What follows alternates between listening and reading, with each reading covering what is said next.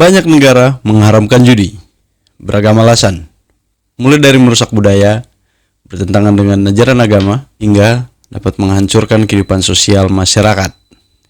Indonesia termasuk di situ. Tetapi, tidak sedikit juga yang melegalkannya dengan motif ekonomi. Betapa tidak, penghasilan dari judi ini cukup menggiurkan. Bahkan, sampai ada yang menggantungkan roda ekonomi nasionalnya kepada bisnis perjudian ini. Ironisnya, praktik judi ini tidak bisa dibendung negara yang mengharamkannya sekalipun. Negara larang, tapi praktiknya masih tetap berjalan mulus.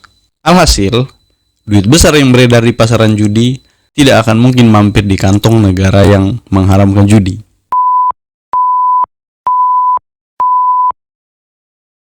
Hai kawan-kawan, selamat datang kembali ke Masker Hitam. Video kali ini kita akan bahas judi lagi, namun lebih khusus tentang negara-negara yang melegalkan judi.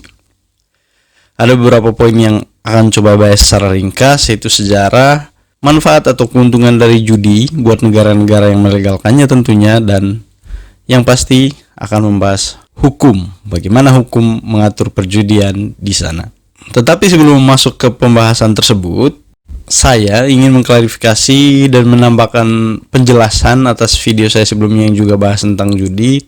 Karena ada beberapa teman yang menanyakan suatu hal di video tersebut. Pertanyaannya gini, Bang, judi kan gak bisa dituntut secara hukum karena dia tidak memenuhi salah satu syarat sahnya perjanjian, yaitu sebab yang halal. Artinya judi itu tidak halal, tetapi bagaimana dengan minuman beralkohol seperti bir, anggur, atau babi misalnya yang beredar di Indonesia atau bisa ditransaksikan, artinya bisa menjadi objek perjanjian di Indonesia.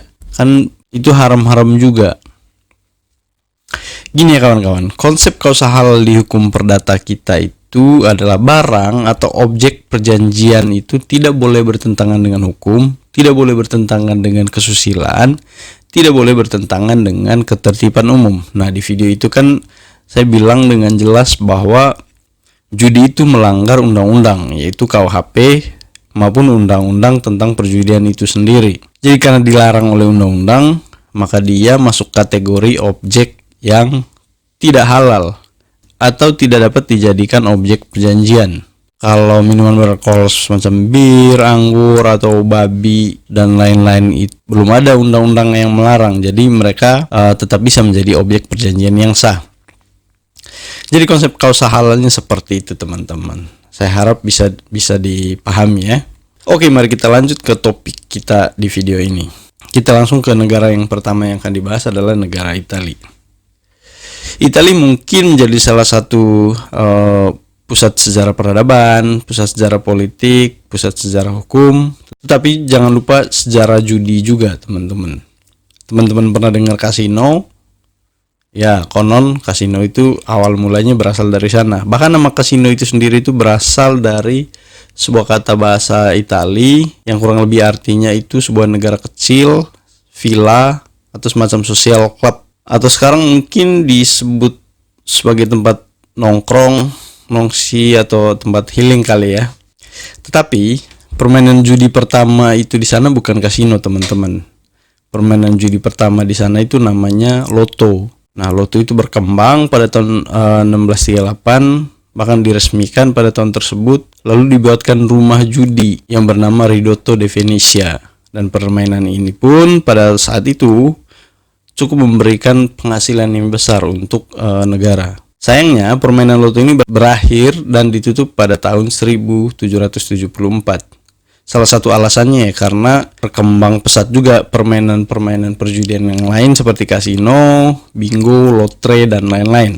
Nah, karena kasino semakin berkembang, lalu pada tahun 1861 dibangunlah rumah kasino yang bernama Monte Carlo dan diikuti rumah kasino yang bernama Sanremo pada tahun 1906.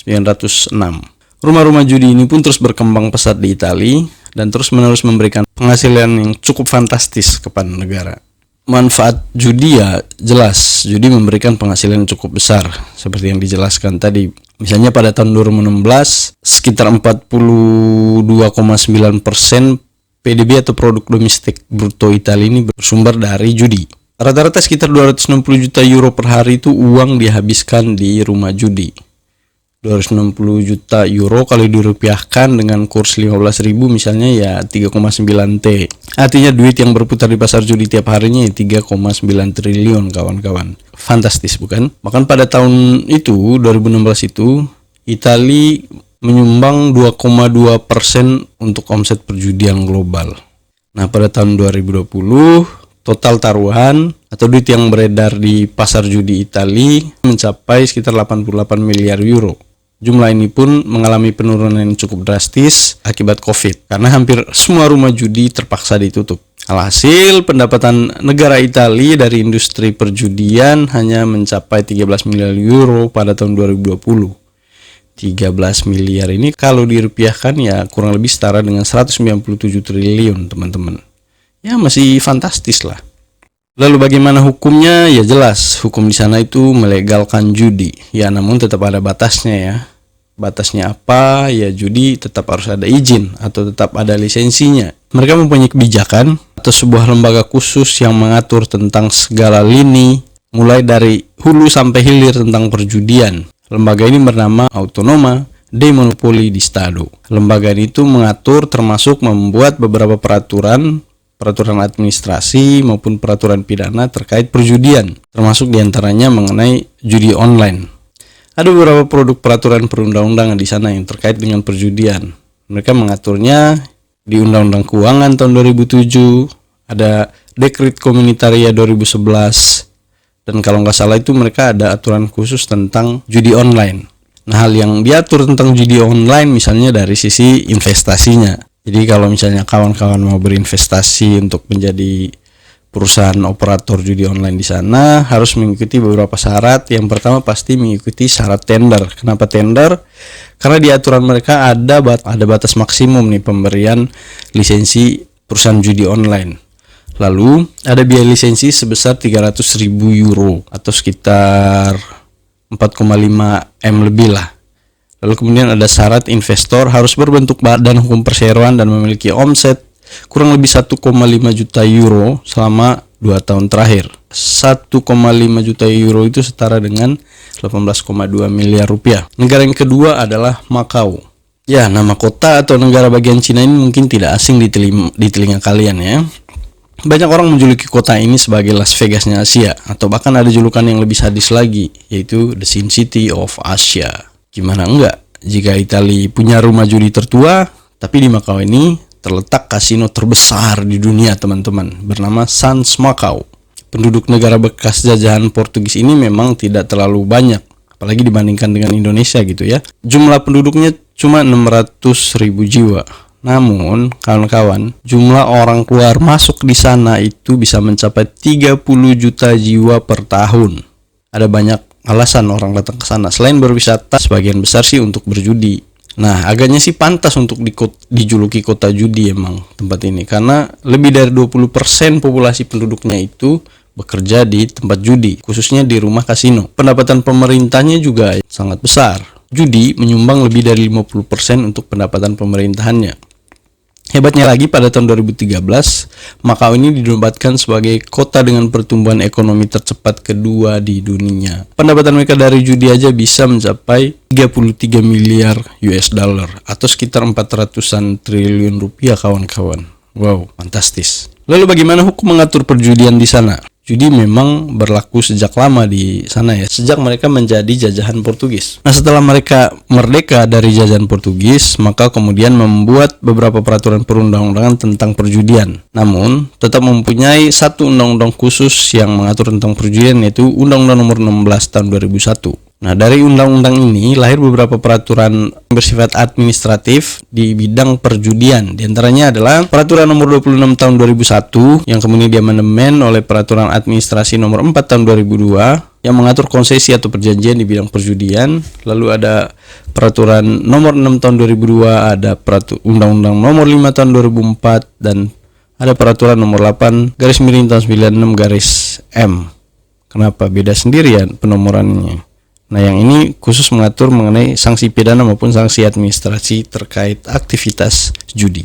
karena judi adalah bisnis yang istimewa ya, maka segala satunya harus diatur dengan detail. Beberapa hal yang diatur di peraturan-peraturan tersebut diantaranya adalah yang satu, untuk mengatur pelaksanaan perjudian yang bebas, namun adil dan tetap jujur. Yang kedua, meminimalisir kejahatan, termasuk menghindari orang yang memanfaatkan judi sebagai lahan untuk berbuat kejahatan seperti pencucian uang. Dan tentu mengatur perizinan dan persaingan usaha yang sempurna bagi pelaku usaha bisnis judi di sana. Dan tidak kalah penting ya untuk mengatur pajak juga. Di undang-undang ini kalau nggak salah telah ditetapkan besaran pajak untuk judi itu sekitar 35%. Nah, hasil dari pajak ini pun diatur juga alokasinya ya untuk infrastruktur, untuk pariwisata, dan ada juga untuk dana jaminan sosial. Selain Makau, kota atau negara lain di Cina yang terkenal dengan judinya juga adalah Hong Kong. Ya, Hong Kong tidak lepas dari sejarahnya juga tentang perjudian. Penduduk Hong Kong setidaknya zaman dulu menganggap judi sebagai budaya mereka. Sehingga siapapun atau dengan alasan apapun, judi nggak bisa dilenyapkan dari kehidupan mereka. Pada saat dijajah Inggris, kolonial Inggris pada waktu itu sempat mengeluarkan peraturan yang melarang perjudian. Namun karena mereka menganggap judi sebagai budaya mereka, hal itu tidak pernah berlaku efektif. Dan akhirnya judi tetap dilegalkan hingga sekarang ini. Apalagi sejarah Hong Kong juga mencatat bahwa konon kekaisaran atau kerajaan di sana pada waktu itu sebagian besar dana operasional terutama untuk membiayai perangnya ya berasal dari hasil judi. Dan fakta menarik juga nih kawan-kawan. Teman-teman tahu tembok besar Cina? Ya, pembangunannya itu tidak lepas dari dana judi. So ya, wajar kalau mereka menganggap judi itu sebagai budaya. Sama seperti negara-negara lainnya, tujuan mereka untuk melegalkan judi ya selain untuk menarik wisatawan, judi juga menjadi sumber penghasilan yang besar juga untuk kota atau negara mereka. Data pada tahun 2016 misalnya, lebih dari 50% penduduk berusia 15-64 tahun itu ikut bermain judi di sana. Berapa besar pendapatan untuk negara? Kontribusi penghasilan dari pajak judi di sana itu mencapai 63%. Sangat menggiurkan. Lalu bagaimana hukumnya? Sebagaimana dibilang tadi ya, judi udah budaya di sana. Jadi jelas sudah legal di sana ya. Dan mereka punya satu aturan atau peraturan perundang-undangan yang mengatur tentang judi di sana, yang mereka namai Gambling Ordinance. Jadi peraturan ini khusus mengatur tentang perjudian. Dan mereka juga rupanya terus mengubah dan mengupdate Gambling Ordinance ini dan terus beradaptasi mengikuti perkembangan dunia perjudian tentunya ya. Di peraturan ini terdapat beberapa jenis permainan judi yang diatur seperti ada gaming, betting, gambling, dan lotre. Selain itu, pajak juga diatur ya karena pajak sangat penting untuk menambah devisa pemerintah, juga mengatur tentang perizinan juga. Ya, perizinan harus diatur secara ketat karena judi yang ilegal tentu merugikan negara karena tidak berkontribusi apapun kepada negara. Lalu negara yang berikutnya adalah negara tetangga kita, Singapura. Saya dan mungkin di antara kalian pernah mikir nggak sih, negara Singapura kok begitu maju sekali ya, padahal nggak besar-besar amat. Salah satu jawaban ya mungkin karena mereka melegalkan judi. Karena penghasilan dari judi di negara ini sangat fantastis juga teman-teman. Bahkan Singapura ini menjadi salah satu negara favorit para penjudi di seluruh dunia. Apalagi sejak tahun 2010 dibuka tempat judi yang cukup besar di sana ya. Ada Resort World Sentosa dan Marina Bay Sands. Sejak kedatangan rumah-rumah judi besar ini, mereka mengklaim bahwa pendapatan mereka dari judi itu bisa mencapai 5,1 miliar dolar dan berhasil membuka 45.000 lapangan kerja untuk para pekerja lokal. Mengenai pajak judi di sana juga cukup besar ya kawan-kawan. Untuk judi kasino aja misalnya pajaknya bisa mencapai lebih dari 20%. Tergantung dari klasifikasi pemain atau jumlah deposito taruhan. Untuk premium player itu misalnya deponya minimal 100.000 Singapura dolar. Itu masuk kategori premium players teman-teman. Lalu hukumnya gimana? Mereka mengaturnya di beberapa peraturan ya. Ada yang namanya Betting Act tahun 1960. Ada undang-undang yang bernama Common Gaming House, The Private Lotteries, Casino Control tahun 2006, dan Remote Gambling tahun 2014. Yang ini mengatur tentang judi online. Ya, judi online memang sangat terkenal di Singapura ya. Di undang-undang ini juga mereka mengatur usia minimum untuk berjudi itu berbeda-beda di setiap peraturannya. Ada yang minimal 18 tahun, ada juga untuk 21 tahun. Misalnya untuk masuk rumah kasino itu harus berusia minimal 21 tahun. Ada ketentuan pidana yang cukup menarik menurut saya, yaitu siapapun yang mengajak, membujuk, atau memberikan informasi tentang perjudian kepada orang yang belum berusia 21 tahun akan dipidana dengan penjara sampai dengan 6 tahun. Dan ada satu ketentuan, satu peraturan yang sangat menarik di sana. Orang lokal yang mau berjudi harus mengeluarkan duit 80 hingga 100 dolar dulu gitu. Nah, tujuannya apa? Menurut mereka sih tujuannya supaya untuk meminimalisir penduduk lokal ikut bermain judi. Sedikit curang ya. Kayak cuci tangan gitu. Biarkan orang asing yang berbuat dosa, biarkan orang asing yang berjudi di kota kami. Orang kami tetaplah suci. Kurang lebih seperti itu mungkin maksudnya. Oke, lalu Indonesia gimana kawan-kawan? Apakah memungkinkan bisa seperti itu? Jawabannya jelas tidak. Sudah saya bahas di video saya sebelumnya bahwa judi itu dilarang. Telah ditegaskan di peraturan pemerintah nomor 9 tahun 1981. Tapi kalau dipikir-pikir ya, kalau misalnya mikirnya demi cuan, misalnya untuk nambahin APBN, nambahin pemasukan buat negara, melihat angka-angka yang fantastis dari negara-negara yang melegalkan judi tadi, boleh juga sih dipertimbangkan. Karena kalau dilihat ya, negara tetap untung dari judi ini.